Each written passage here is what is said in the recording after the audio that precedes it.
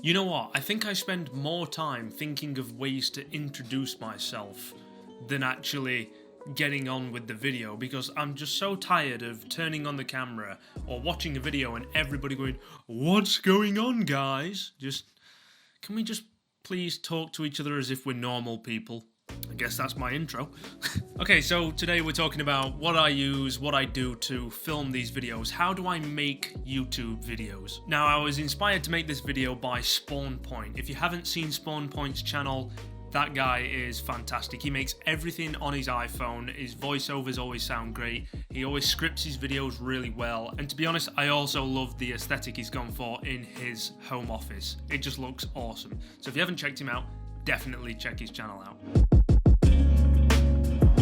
So jumping in with the first thing, what do I use to record these videos? Now, I use a mirrorless camera. It is the Canon EOS R5 with a 15-35 RF lens on it. It's an f2.8, it's a shallow depth of field. It is a bulky and very expensive camera, but it is just ridiculously good. It shoots 8K in RAW, it has 45 megapixels, it's just ridiculous. It's overkill for YouTube, yes, but I don't just do YouTube, I also actually shoot real stuff. This is real as well, it's just that stuff pays me.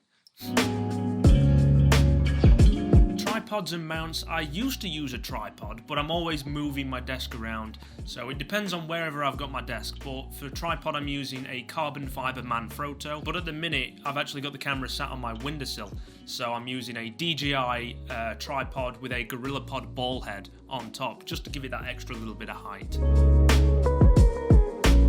How do I light these videos? Because the lighting, I must say, is pretty good. The light I use is the Godox SL60W. It was 120 quid and I bought it during the first lockdown to start lighting my videos properly.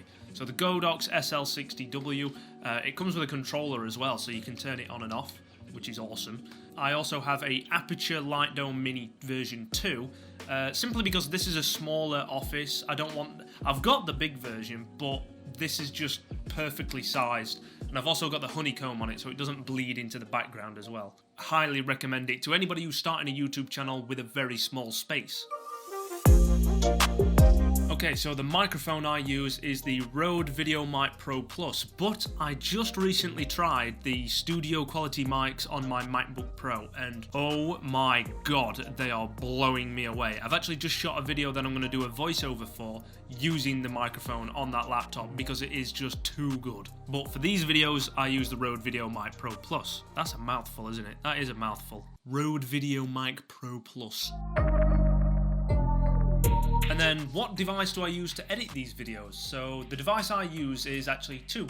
So I use the 27-inch iMac from 2020. That is fully spec'd out, i9, the highest processor, the highest graphics card, everything apart from storage. But that's the main workhorse. And then I also have the 16-inch MacBook Pro, the M1 Pro, it's the base model. That thing is actually fully outperforming, I think, at this point, the 27-inch iMac. The iMac is great at its own things, the MacBook is great at its own things, they both have their own uses.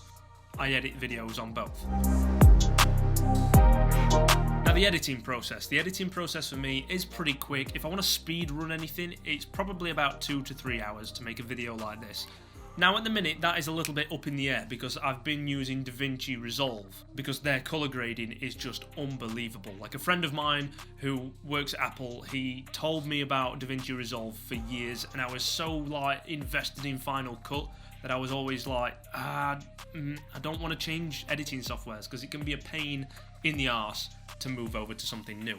So all the way from coming up with the idea to the upload, I would say it probably takes me... How long has it taken us to film up to here? So we've already used 8.5 minutes just filming now. It takes me about 5 hours on a very good run, on a good day, to go straight from the idea to filming it, to uploading it, edited it, everything. Now, one thing I do want to mention with the ideas and the planning is that I got this from Spawn Point. In his video on how he makes his YouTube videos, he showed a spreadsheet on all the ideas that he comes up with drop-down tables on green, red, like whether or not things are in progress or whether or not things are being made, whether or not it's been completed, uploaded, whatever. So I decided to do exactly the same thing, and I created my own spreadsheet in Numbers on my MacBook. And to be honest, it's really helping. Like, it's making things a lot easier. I can write in a title for it, I can write a quick description, write down a goal of when I want to film it. I've also got a drop-down table where I can select whether or not it's in progress, whether it's not been made, or whether or not it is completed. So it's nice to actually go onto something and see that green, that yellow, that shows you that things are in progress and things are being completed. So it's just a nice mental boost as well. I would highly advise you doing the same thing. Create a spreadsheet, put a category down, vlog, tech, unboxing, do whatever, a title, a description, when you want to film it, whether or not it's in progress, and when you want to upload it. So full credit to SpawnPoint for giving me the idea on that one. Absolutely love that, that's great. Now, how do I actually get ideas? They come to me just randomly. I could be watching a YouTube video, same the way I did this. I watch a YouTube video and think, oh, I kind of want to make something like that.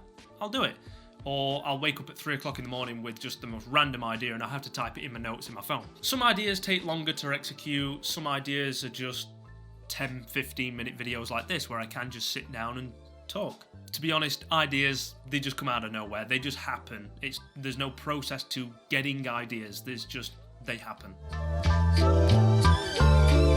Now, what would my advice be for people starting YouTube in 2022? Make whatever you want, to be honest. I mean, it's as simple as that. I mean, sometimes you can definitely overthink it. If you just literally make whatever you want to make and you're happy with what you're doing, you don't need the subscribers or the views to prove that you are winning.